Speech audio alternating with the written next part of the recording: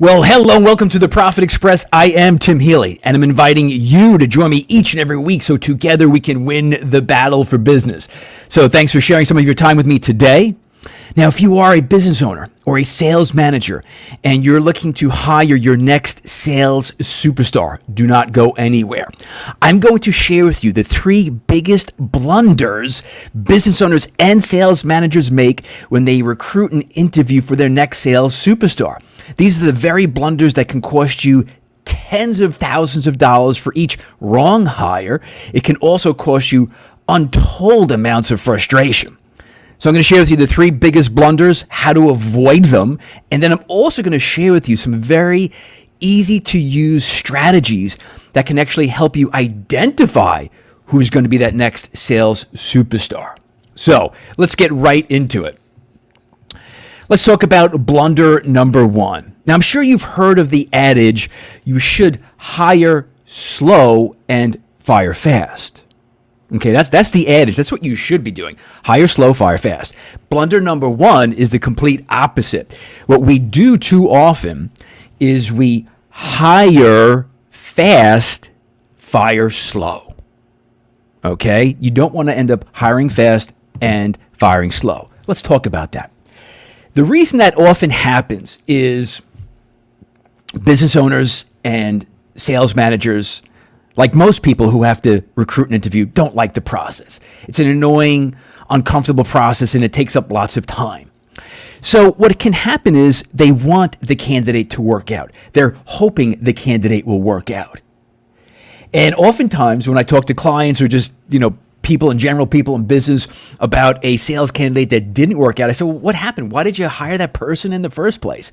And believe it or not, true stories. I get answers like, well, Tim, we both went to University of Michigan. Okay, what does that have to do with them being your next potential sales superstar? The answer is nothing. I've also heard, this one makes me laugh. Well, listen, they're a huge Yankees fan. They have box seats. I mean, how could they not be a great salesperson? Again, they're looking for and they're hoping for any reason to hire this person because, listen, they want to fill the seat and they don't like the process. But just take a step back for a moment as the business owner, as the sales manager. Each wrong hire that you get involved in is going to cost you thousands, maybe tens of thousands of dollars, okay, in lost dollars, number 1. Number 2, the level of frustration. You can't even put a price tag on that. So again, we hire that person for reasons that really don't prove whether or not they're qualified for the job. And then we hire fast and then we fire slow. We often hold that salesperson, we hold on to them past the expiration date. Listen, you take a carton of milk out of the fridge, okay? And if that carton of milk is expired and it smells, it ain't going to get better, okay? So you have to really know what you're looking for. And here's another key with firing fast. When you bring on a new salesperson, you owe it to them and to you to have very clear objectives as to what you're looking for. What are the measurables that you want to see in the first 90 days? Now, what do I mean by measurables? That's the great thing about sales. There's lots of measurables and metrics. So if prospecting for new business is important for you, okay, you would want to see in the first 90 days that they make enough amount of cold calls, that they go on networking events, and that they're generating leads, they're generating appointments, they're generating presentations, and ultimately closing business.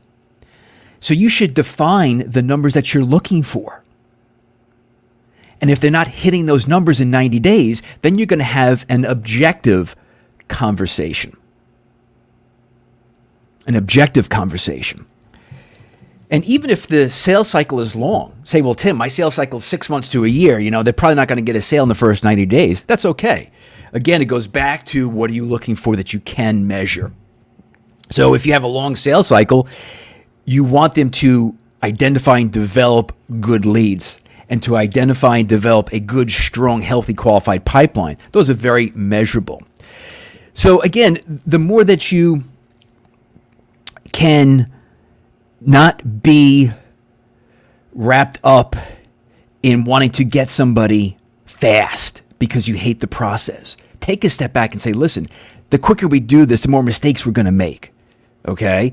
And then when we do hire somebody, you owe it to them and to yourself to define what the metrics are. What are we looking for? So they know what they're going to be measured on. So you can have a very objective conversation after the first 90 days. So again, blunder number one, you don't want to hire fast and fire slow. You want to do the complete opposite. Hire slow, take your time, and then fire fast if they're not right. Because again, spoiled milk is spoiled milk. It doesn't get any better. So that's blunder number one. Blunder number two, and again, very closely related to blunder number one, is you're being emotional. When you want somebody to work out and you hope they work out, remember, hope's not a strategy. If you're being emotional about the process, you're not going to dig deep. You're not going to qualify. And you're more likely to accept whatever answers they give you. And that's not very productive. So you want to approach this process as objectively as you can. You want to see if this candidate is the right candidate for you. You have to have them prove to you that they're the right candidate, not just them telling you how great and how awesome and how fantastic that they're going to be. So you want to, as much as possible, approach the process being objective and to remove emotion. Now, there's always going to be some emotion because if you think you have a great candidate, the natural tendency, again, is to get excited. You want to hire them right away. Just slow down that process a little bit because the more diligent and deliberate you are in interviewing, in asking questions, which we're going to be getting to in just a moment, the more that you're going to be trained and prepared to make sure you get the answers that you need so they can prove to you that they're the candidate that you're looking for. So be as objective as possible. Avoid blunder number two, which is being emotional, which gets back to, well, you know, I hired them. We went to the same college. We were in the same fraternity. Look at it objectively. Those criteria mean nothing for you as far as are they qualified to do this job.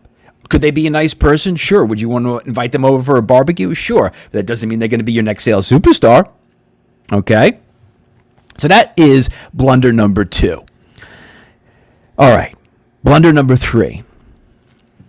This is where it gets very interesting. Very interesting. Blunder number three is when business owners and sales managers are not willing to let the candidate fail. You have to be willing to let the candidate fail. What do I mean by that? I'm sure if you have your interview process, I'm sure you have your questions that you've developed and put together over the years. You know what those questions are. And it's a human nature thing. It's a very interesting dynamic in the interview process, right? You're interviewing a person and he or she seems like they're just a nice person, right? You're hoping they work out. You don't want to go down that path. And if you're asking some questions that they're having a tough time with, what you really want to do is ask your question, shut up and listen. Ask a question, shut up and listen. Because if they're having a hard time with the question, there's probably a reason why. Maybe they don't have the experience that you're looking for. Maybe they're stuttering and stammering, thinking for an answer. And what happens is, again, getting back to human nature, you feel bad for them. So what do? It's called guiding the answer. You try to help them out. Because you might feel uncomfortable if they're sitting there. Maybe they're sweating and perspiring. You feel bad, so you want to help them out. Don't do it. That's blunder number three. So let me give you a very specific example, okay? Very specific example. Let's say in your world, one of the keys to hiring a sales superstar is somebody who's very proficient and very good at prospecting, okay? You're not going to be able to give them company leads. You don't have an established territory. Maybe it's a brand new territory. So key for them to succeed is to be very good at prospecting. Okay. So a typical question that a business owner or sales manager might ask is, can you tell me how you prospect for new business? Okay, seems like a good enough question. Now, again, if you're being objective and not emotional, if they say something like this, and I've actually heard this on interviews, and it turns my stomach. If they say, well, Bob, I like to plan the work and work the plan. What does that mean? I'll tell you what it means. Nothing. It's a whole bunch of smokescreen baloney BS. It means absolutely nothing. So if you hear that kind of a phrase, oh, I love prospecting, which, by the way, 99% of sales professionals don't love prospecting. Every so often you get somebody who does. We don't like doing it, okay? It's probably one of the more tougher parts of the sales process. So if they say, oh, I love it, it's great, it's fantastic, okay, you should now really start to get curious. Again, remain objective. I like to plan the work the plan. Again, it's told you nothing. So then, what they do, because you want to get the answers you're looking for, you want this candidate to work out, you say, well, tell me, how many cold calls do you make each day, and how many meetings and presentations do you have each week? So now what you've just done is you set up the frame for that person. You've guided their answer. So if this person has half of a brain, they could figure out, well, okay, they want prospecting every day, they want meetings every week. And they can very quickly come up with answers like, well, I make 50 cold calls Monday, Wednesday, Friday, and I go on 2 appointments. My goal is 2 appointments each and every day. You've guided the answer. Another way of doing this, okay, is, here's a question. Could you describe to me your strategy when it comes to prospecting? Now, again, the question's broad. You want them to fill in the detail. You want them to paint the picture. Because if they're not, chances are they don't have a lot of good experience to be able to do that for you. So you should ask, could you describe to me how you currently prospect for new business? And if they're stuttering and stammering, giving you vague, wishy-washy answers, you can drill down a little bit more and say, well, could you describe the prospecting activities you use and with what frequency? So you haven't said anything specific like cold calling, foot canvassing, networking. You haven't said daily, weekly, monthly. You've given them a little bit. Maybe they need a little clarification on the question. But that's it. That's it. Say, what kind of activities, what's the mix of activities, and with what frequency? And this is where being objective, avoiding blunder number 2 comes into play. If they're not giving you specifics, if they're not giving you specific activities, if they're not giving you a specific frequency of those activities, buyer beware. There's trouble lurking. Here's another thing. If somebody hasn't prospected in 5 years, or maybe 10 years, maybe they're working in mature territory, I'd be very leery, if prospecting is important for your role, to hire this person. Why? This. Again, prospecting is a tougher part of the job. We don't like doing it if we don't have to. And if you haven't prospected in years, your prospecting muscles have atrophied. And there's a good chance that they're not going to be all that willing or all that good or all that sharp going back out there again. So buyer beware. So those are some key blunders. You want to ask a question, shut up and listen. Don't guide them. Don't answer your own question. If they're failing for a reason. Let them fail. Let them sink. Okay? Hire, slow, fire, fast. You don't want this person to work out just because you don't like going through the process. Because if you hire the wrong person time and again, you're going to continue to have to go through the recruiting interviewing process. All right. So those are your 3 big blunders that you want to avoid. Hire, slow, fire, fast. That's what you want to do. You want to be objective. You don't want to be emotional in the process. And you want to be okay letting them fail. Because if they're articulate in what they are doing in the current sales position, and they can really describe and explain what they're doing, then hey, the likelihood of them being a good fit for what you're looking for, if what they're currently doing matches what you're looking for, is that much better. And it's an objective conversation, not a conversation about the Yankees or the fraternity that you both pledged or you both went to University of Michigan. Okay.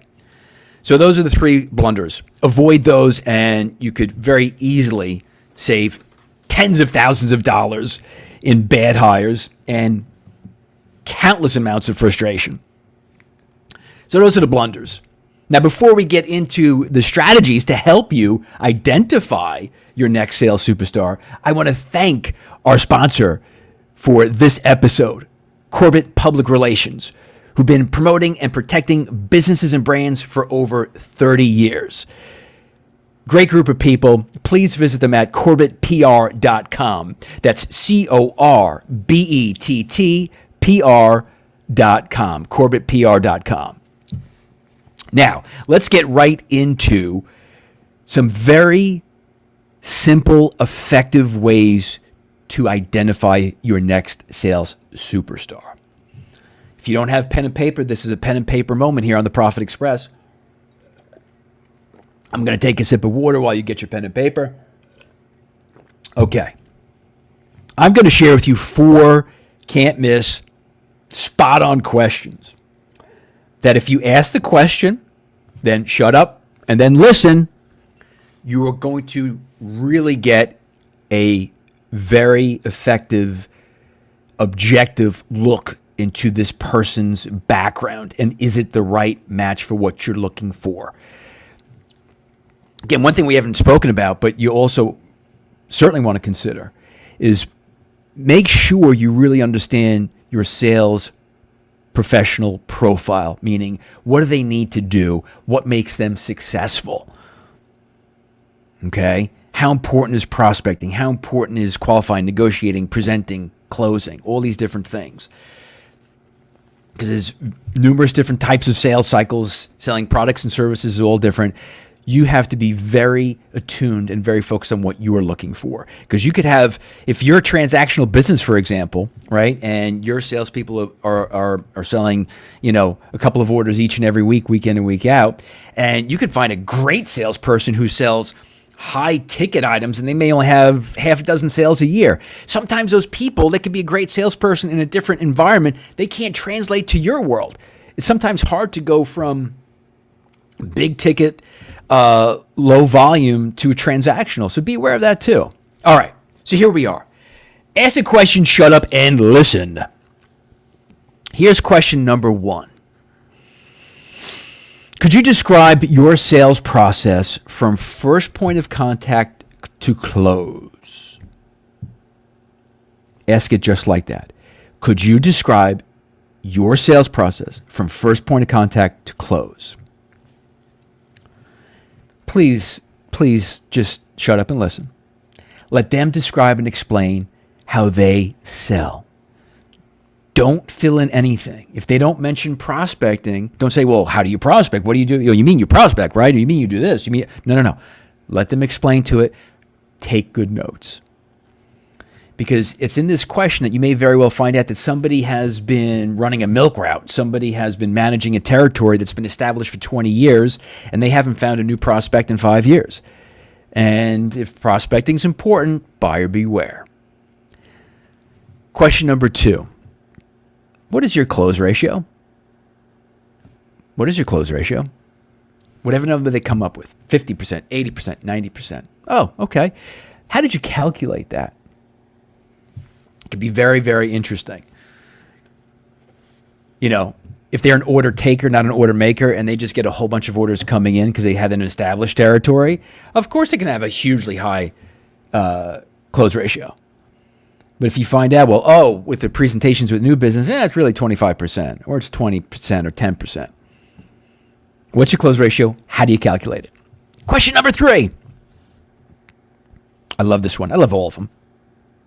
What questions do you ask to qualify a prospect? What questions do you ask to qualify a prospect? Because I don't care what you sell, okay? If it's a product, if it's a service, short sales cycle, long sales cycle, qualifying is key. It's critical. And they should have some good answers. They should be able to come up with at least 3 or 4 really good ones off the top of their head. And I'm telling you, if I'm the business owner, I'm in your shoes, I'm the sales manager in your shoes, and they can't come up with good answers to any of these questions. In particular, how do you qualify? What are your questions? Yeah, you got some potential problems. Okay? Now here's another one. Here's question number 4. How do you develop relationships? How do you develop relationships? You want to get a sense of how important relationships are to them. How do they develop them? How to maintain them? How do they not take them for granted? So here's 4 questions. Again, describe your sales process from first point of contact to close. That way you get a sense of how they're currently selling. Look for the detail or lack thereof. That's telling you a lot. What is your close ratio? How do you calculate it? What questions do you ask to qualify? And then finally, how do you develop relationships? So for the business manager, the business owner, and the sales manager listening, who's looking for that next sales superstar, those are 4 great questions. Jot them down, write them, reach out to me. Ask a question, shut up, listen, take notes. And then it all relates back to those blunders that we want to avoid. Stop interviewing and recruiting scared and just hire the first person because you like them or they're a nice person. Don't do it. Hire slower. Dig deeper. Qualify. Have multiple interviews in the process. You should interview them. One of the salespeople, your senior salesperson should interview them. Your sales manager should interview them. Have numerous interviews to really dig down and drill down on this person. Know what you're looking for. Know what you're qualifying for. And know what you're looking for in the first 90 days and then let them know. What are those metrics that you can measure? Because if you can measure them, you can be a lot more objective, removing emotion from this, which can help you fire faster if they're no good. Because when that milk is spoiled, it's spoiled. It ain't going to get any better. It ain't going to get any better. Okay? So if you have metrics to measure by at the end of 90 days, it's a very easy conversation. Or they're doing well. Hey, great. Keep up the work. Or maybe maybe their nose is just above the waterline. Maybe you can help them out. Maybe you can coach them. Maybe you give them another 90 days. Hey, this is what we're looking to do. We're heading in the right direction. We're not exactly there. Here's another 90 days. This is what we're looking to hit. Or maybe if they're really iffy, maybe you give them 30 days and a little bit more intensive managing and coaching. But it's a process that you want to approach objectively. Don't hire scared. Just like you don't want to sell scared, okay? Because that's a horrible place to put you into. You want to find the person who is doing what you need to have them do for you. So if it's prospecting, make sure they can prospect. Don't fill in the blanks with your own questions. Don't answer your own questions, okay? So take that deep breath. Hire slow, fire fast. Be objective, not emotional. Let them sink. Let them fail, okay? Because if they don't have the answers, they don't have the answers for a reason. And then when you're asking those great open-ended probing questions, shut up and listen. Take notes. Let them fill in the blanks. So, as always, it's been a pleasure. I wish you much success as you embark on finding your next sales superstar. As always, this is the Profit Express. Join me each and every Wednesday so together we can win the battle for business. And don't forget to follow me in the show. New episodes dropping every Wednesday. You can follow the show on Instagram at The Profit Express, on Twitter at Profit_Express, and at The Profit Express Facebook page. Until next week.